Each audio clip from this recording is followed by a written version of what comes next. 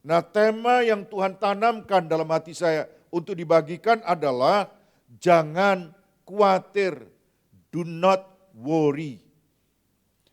Saudara-saudara yang saya kasih dalam Tuhan, kita akan sama-sama membaca dalam Filipi 4 ayat yang ke-6. Filipi 4 ayat yang ke-6. Janganlah hendaknya kamu khawatir tentang apapun juga, tetapi nyatakanlah dalam segala hal keinginanmu kepada Allah dalam doa dan permohonan dengan ucapan syukur. Saudara-saudara, kalau kita mau menyontek waktu ujian, kita langsung sadar bahwa apa yang sedang ada di dalam pikiran kita dan keinginan kita itu dosa. Waktu kita mau mengambil apa yang menjadi milik orang lain, pada saat kita melakukannya, kita itu sadar bahwa apa yang kita lakukan itu dosa. Pada waktu kita menginginkan milik orang lain, kita sadar, saudara, bahwa apa yang kita lakukan itu dosa. Waktu kita dengan sengaja tidak masuk sekolah bolos, atau tidak masuk kerja dengan sengaja, kita sadar bahwa itu salah, itu dosa. Dan kalau saudara bertanya ke saya, kenapa itu muncul? Karena kesadaran itu sudah tertanam dalam hati kita. Mana yang salah, mana yang benar, mana yang boleh dan mana yang tidak boleh. Ditambah lagi dengan hukum Taurat, 10 hukum Musa yang diberikan dan kita semuanya sudah tahu. Tapi ada satu dosa yang kalau kita lakukan, kita itu tidak pernah merasa berdosa. Dan dosa yang paling kita anggap tidak berdosa adalah dosa khawatir. Dosa yang kita anggap bukan dosa itu cemas, gelisah, risau. Saudara-saudara, ternyata yang pertama-tama perlu saudara ketahui adalah khawatir itu dosa yang serius. Orang nggak pernah sadar bahwa khawatir itu ternyata dosa. Dan orang herannya lagi adalah ketika khawatir, dia merasa bahwa dia itu sedang memikirkan masa depan. Dia itu berpikir lebih jauh dibandingkan orang lain. Itu sebabnya dia khawatir. Orang seringkali tidak menganggap itu dosa, tapi menganggapnya sebagai pemikiran yang mendalam, yang jauh ke depan. Khawatir, cemas, gelisah, risau. Firman Tuhan mengatakan itu dosa. Kalau firman Tuhan dalam perjanjian lama mengatakan jangan membunuh. Kenapa? Membunuh itu dosa yang serius. Jangan mencuri. Kenapa? Karena mencuri itu dosa yang serius. Tetapi kalau firman Tuhan berkata, janganlah hendaknya kamu khawatir. Maka kita menganggap bahwa itu dosanya tidak seserius mencuri, membunuh, dan menginginkan milik orang lain dan lain-lain. Berkali-kali firman Tuhan mengatakan, janganlah hendaknya kamu khawatir. Saudara-saudara yang saya kasih dalam Tuhan, seringkali kita itu khawatir, tapi menganggap bahwa itu bukan dosa. Dan firman Tuhan mengatakan dalam Filipi 4 ayat yang ke-6, janganlah hendaknya kamu khawatir tentang apapun juga. Tuhan memerintahkan orang Kristen tidak boleh khawatir, risau, gelisah, tidak tenang. Dan Khawatir yang sedang terjadi itu mencakup tentang apapun juga. Bukan cuma pokok tertentu, tapi daya jangkaunya, sekopnya itu adalah tentang apapun juga.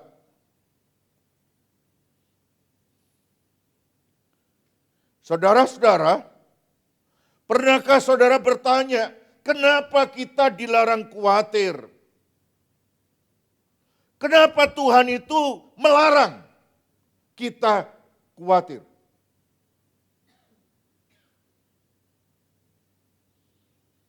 Aristoteles pernah mengatakan, yang membedakan manusia dengan binatang adalah akal budinya, pikirannya. Jadi manusia dan binatang itu pada umumnya mempunyai banyak kesamaan. Tapi satu-satunya yang membedakan manusia dengan binatang adalah pikirannya, akal budinya. Yang sama itu apa antara manusia dan binatang? Binatang itu makan, manusia juga makan. Binatang itu minum, manusia juga minum. Sama. Manusia, binatang itu membutuhkan kebutuhan seksual. Manusia juga. Binatang itu bertahan, membutuhkan bertahan untuk hidup. Manusia ternyata juga butuh survive. Jadi binatang dan manusia itu punya banyak kesamaan. Satu-satunya yang membedakan antara manusia dengan binatang adalah akal budinya menurut Aristoteles.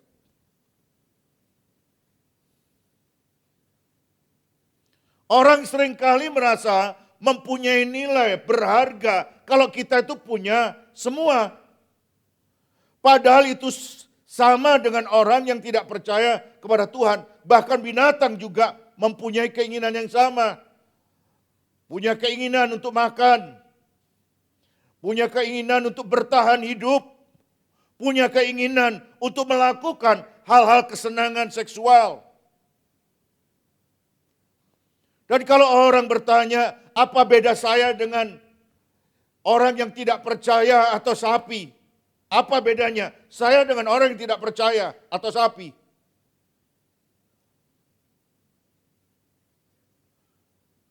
Nyaris gak ada bedanya kalau kita itu saudara-saudara semuanya sama rata dan cara berpikir kita sama seperti sapi.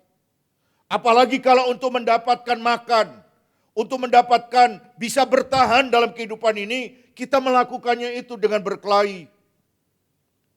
Dengan rebutan warisan. Dan yang tidak boleh dikhawatirkan itu adalah soal makan. Soal minum, soal gaji, berapa nanti uang yang saya akan terima. Dan salah satu tentang kekhawatiran dari anak-anak muda adalah kapan kawin. Saya kawin sama siapa? Dan untuk orang-orang yang sudah menikah, sudah berumah tangga, maka yang seringkali dikhawatirkan adalah apakah saya bisa bertahan untuk 5 tahun ke depan, 10 tahun ke depan.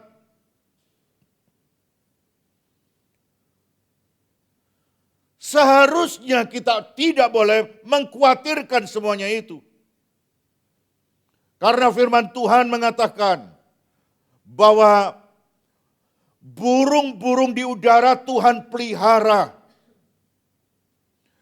Dipelihara oleh Tuhan yang menciptakan langit dan bumi. Dan kalau saudara membutuhkan sesuatu, firman Tuhan mengatakan, beritahu Tuhan. Kalau saudara membutuhkan sesuatu, beritahu Tuhan.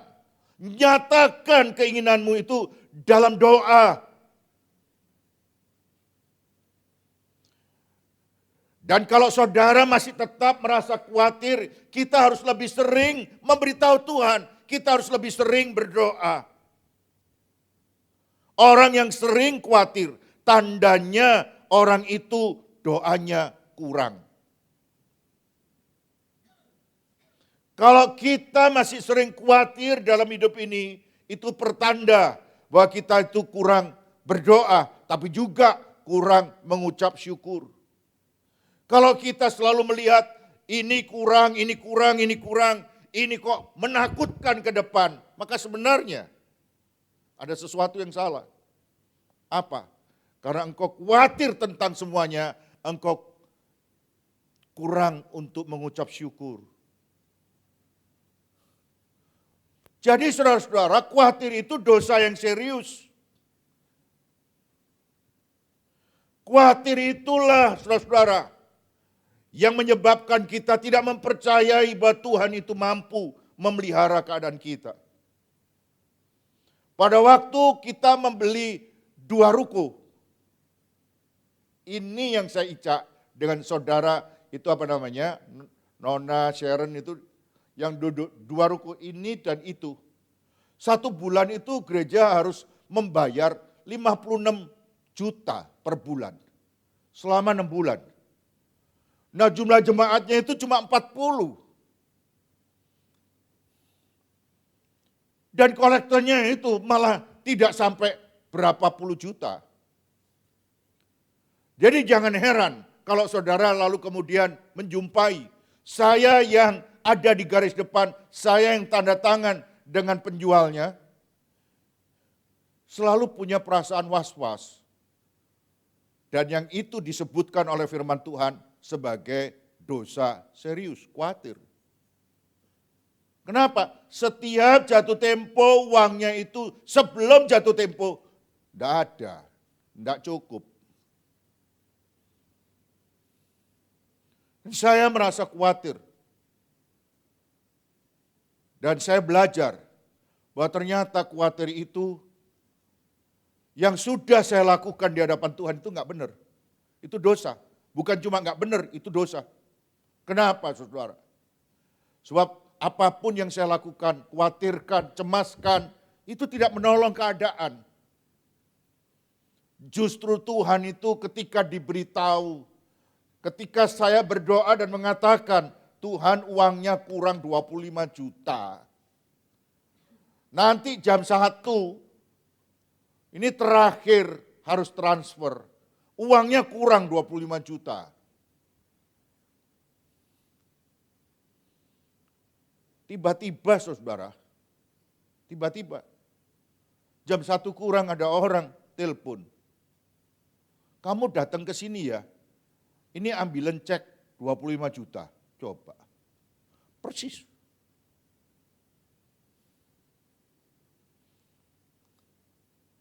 Jadi saudara-saudara, kalau saudara butuh sesuatu, beritahu Tuhan. Dia yang akan campur tangan dan memberikan apa yang saudara butuhkan. Kalau saudara cuma khawatir, maka saudara tidak akan pernah mengalami apapun. Sebab khawatir itu tanda kurang berdoa. Khawatir itu tanda kurang mengucap syukur.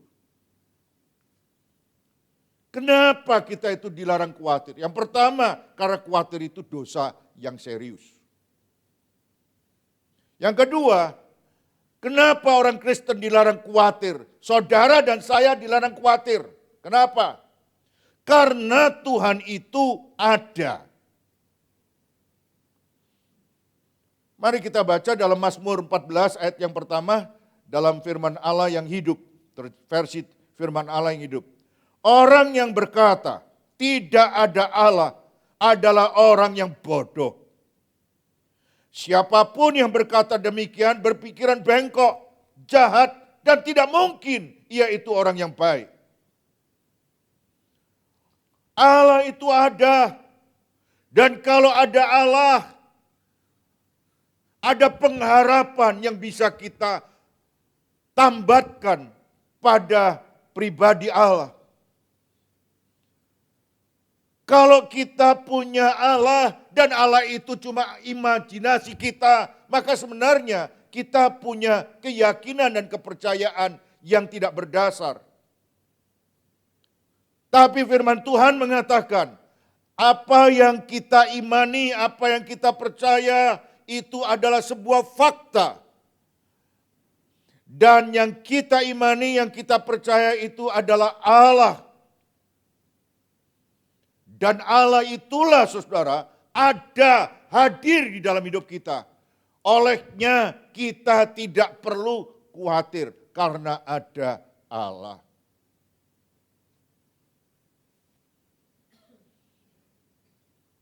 Seorang anak selama ada dalam pengawasan dan pemeliharaan orang tuanya, dia nggak perlu khawatir. Mau makan bakso, nanti bisa papanya, ayahnya yang akan turun tangan. Hari ini keponakan saya lamaran, ada di Sangrila tadi siang.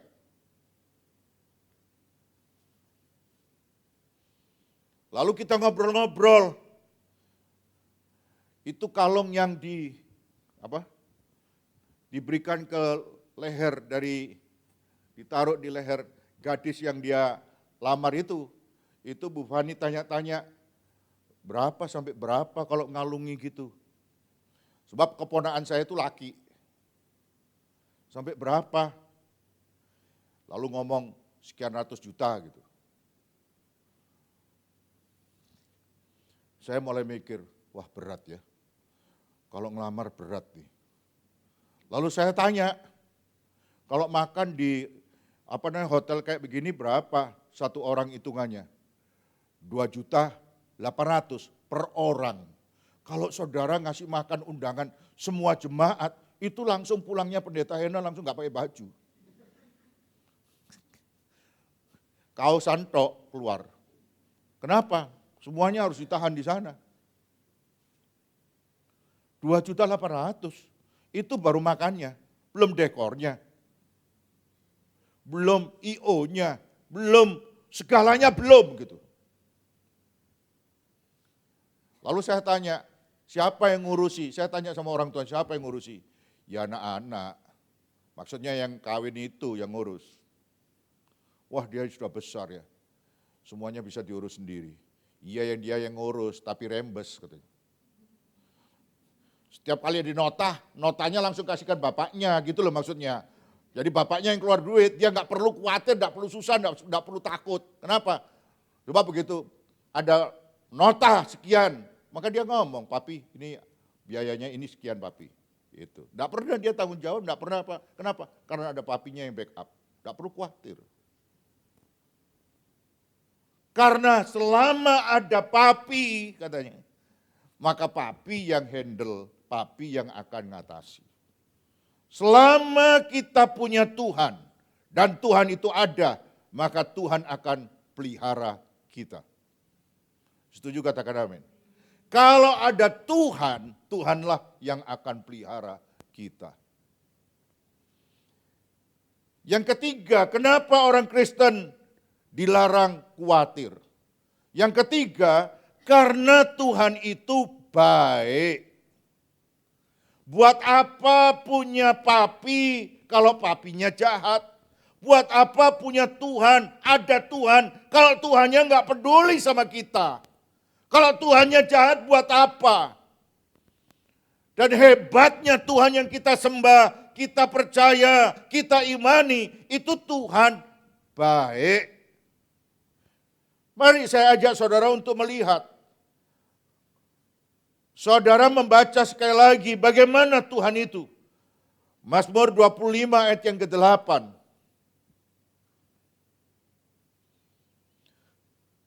Tuhan itu baik dan senang menunjukkan jalan yang benar kepada semua orang yang tersesat. Pemazmur mengatakan Tuhan itu baik. Jadi kita diberitahu buat apa punya Tuhan kalau dia jahat? Buat apa ada Tuhan kalau Tuhan tidak mau tolong? Buat apa ada Tuhan kalau dia tidak peduli dengan hidup kita? Jadi hari ini kita belajar satu hal. Tuhan itu bukan cuma ada, tapi Tuhan itu baik. Tuhan itu dapat dipercaya. Beberapa hari yang lalu, saya itu ulang tahun yang ke-60. Setelah saya mikir, gak terasa ya sudah 60 tahun hidup di dunia ini. Lalu saya memberitahu sama anak-anak sekolah yang saya ajar. Hidup ini singkat.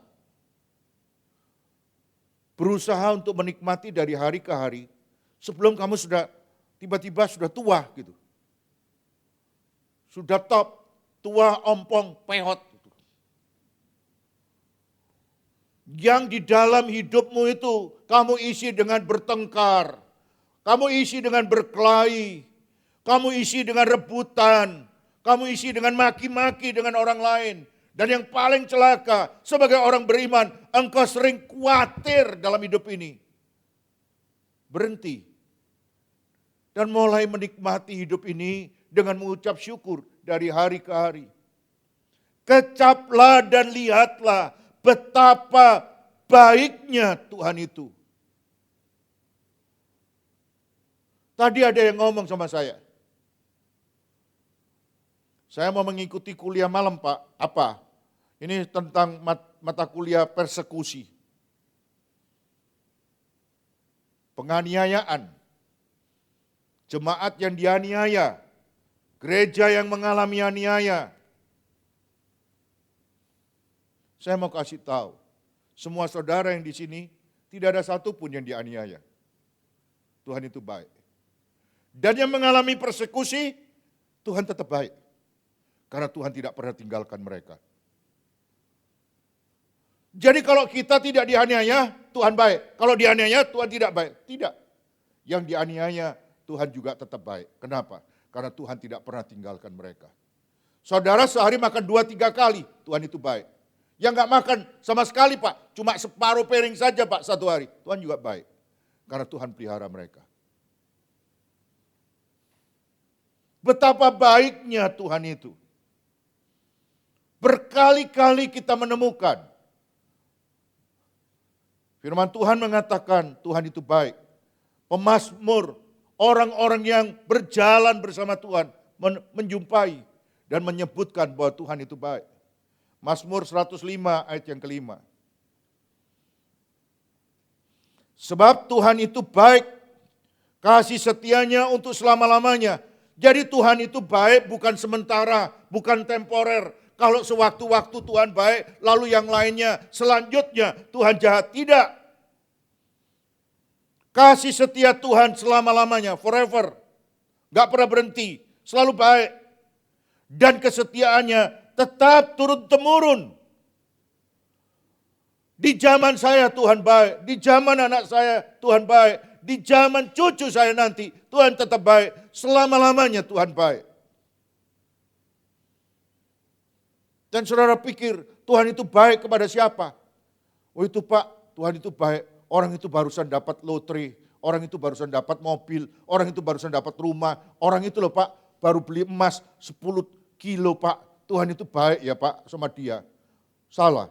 Mari kita baca 145 ayat yang ke-9. Kalau ada pasal lebih dari puluhan, itu pasti Mazmur. Jadi saudara tidak usah nyari yang macam-macam. Yang mana ini ya? Kok nggak disebutkan kitabnya? Itu pasti Mazmur. Tidak pernah ada di kitab lain yang lebih dari puluhan. Mazmur 145 ayat 9. Tuhan itu baik. Kepada siapa? Semua orang.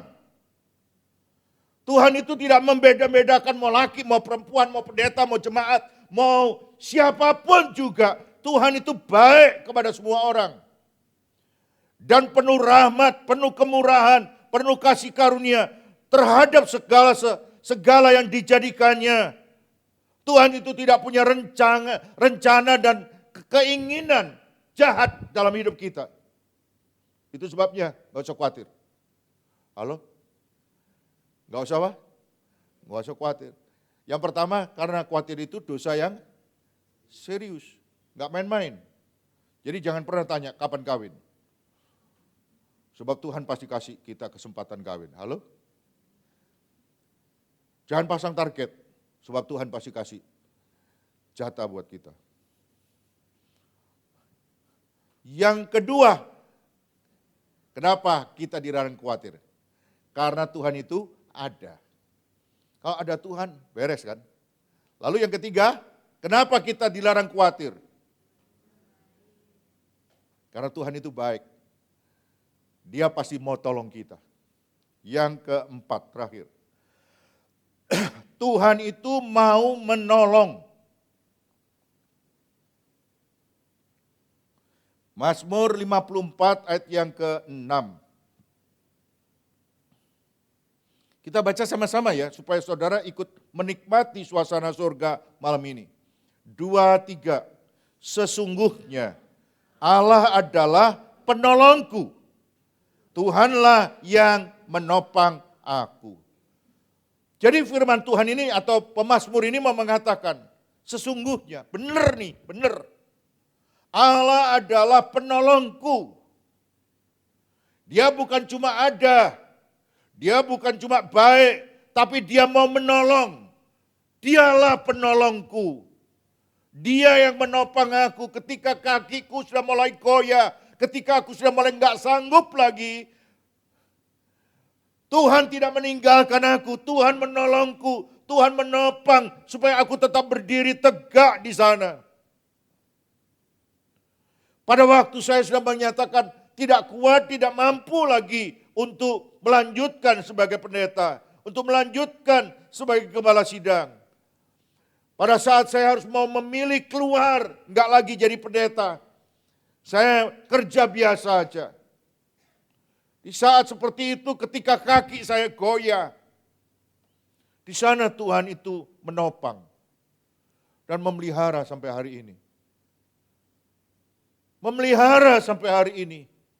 Dan belum pernah keluarga yang saya punya tidak makan karena saya jadi pendeta. Tuhan itu menolong. Pada saat COVID, gereja tutup. Kolekte berhenti, perpuluhan berhenti. Tuhan itu pelihara, Tuhan itu penolong. Saya nggak punya uang, ada orang di ujung sana ngasih WA. Saya nggak baca, karena saya selalu lihat berita.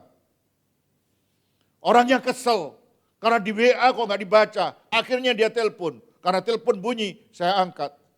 Pak Henok, bacaan WA nih.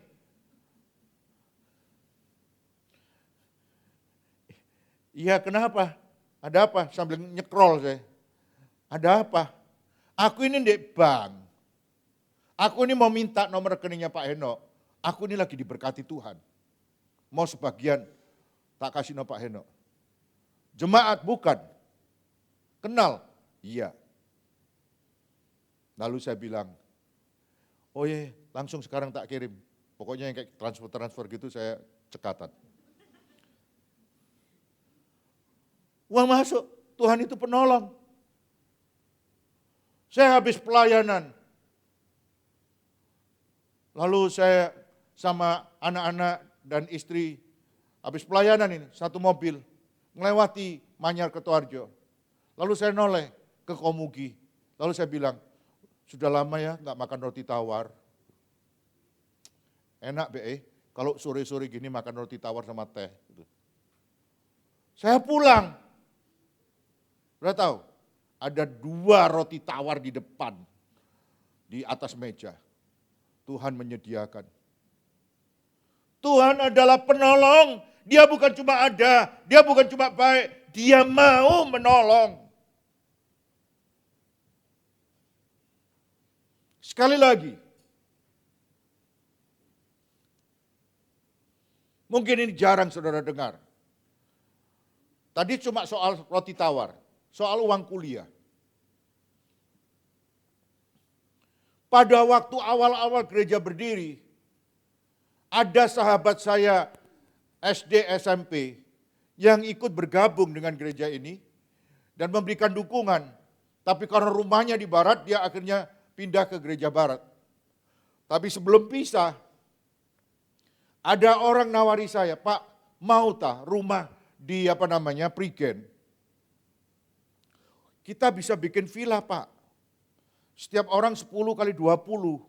Nanti kalau Sabtu, Minggu, Senin, kita libur kosong, Pak. Kita bisa doa, Pak, di Prigen. Dekatnya Bukit Doa, Pak.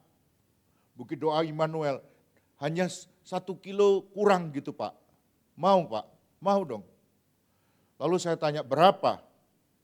Dan dia hitung per meternya itu berapa begitu. Lalu saya tanya sama teman saya yang pengusaha, kamu mau tak di sini? Sebab kalau saya ini nggak ada uangnya, kalau kamu mau? Oh mau. Dia bilang, aku mau ya, aku ngambil 1 kapling. Nah setelah beli, orang yang jual mati. Belum dikasih surat, mati. Lah saya tahu lokasinya, tapi setelah sekian tahun tumbuh rumput tinggi-tinggi. Dan saya bilang, wah suratnya di mana? Nggak ada yang ngurus nih. Siapa yang mau ngurus rumput tanah yang kayak beginian? Dan itu banyak hamba Tuhan yang beli. Dan tidak ada satupun yang mau ngurus. Lalu nggak ada angin, nggak ada hujan, ada ibu-ibu telepon saya. Pak Heno, betul ini Pak Heno? Betul. Bapak, ibu tahu dari mana? Saya tanya sama ibu ini. Bapak masih punya suratnya. Bahwa dulu Bapak beli tanah di Prigen, dekatnya Bukit Doa Immanuel. Iya betul. Ini mau saya urus Pak. Oh boleh, nanti dipotong dengan biaya pengurusan ya Pak. Iya boleh. Lalu kemudian saya hubungi teman saya itu. Kamu masih nyimpen kwitansinya enggak? Oh hilang. Terus tak anggap gak ada barangnya. Terus tak anggap hilang. Wah ini ada orang yang mau ngurus noh. Lalu dia bilang ini, wes kalau seandainya keluar ambilan wes berkat Tuhan. Sudah tahu kapan itu terjadi? Pada saat saya harus membayar SPP di UNER. Pada saat saya harus bayar SPP di UNER 11 juta. Saya nggak punya uang. Tiba-tiba barang yang punya teman saya itu sudah nggak ada, sudah nggak keurus, ada orang ngurus, uangnya keluar. Saya bilang begini, ini kalau nggak Tuhan siapa? Jadi sesungguhnya Allah adalah penolong. Penolongku. Bukan melihat orang lain lalu Tuhan nolong. Bukan. Aku ini ditolong oleh Tuhan. Dalam terjemah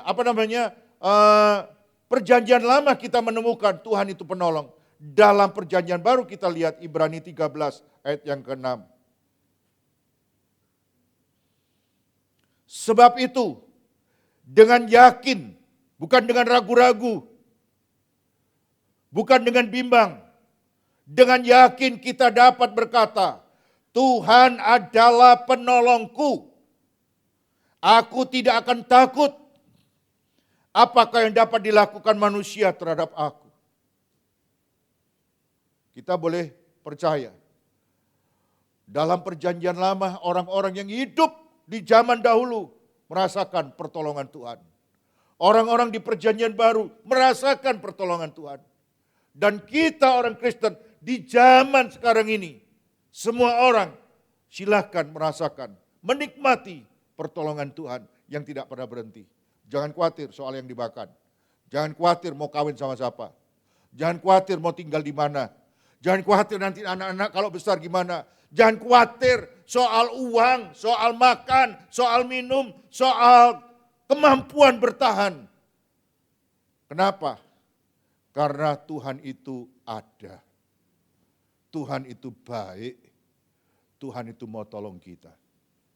Jangan khawatir. Kenapa? Karena khawatir itu doa serius. Yang kedua, dosa serius. Yang kedua, Tuhan ada. Yang ketiga, Tuhan itu baik. Yang keempat, puji Tuhan. Saya berdoa semua saudara, mengalami pertolongan Tuhan.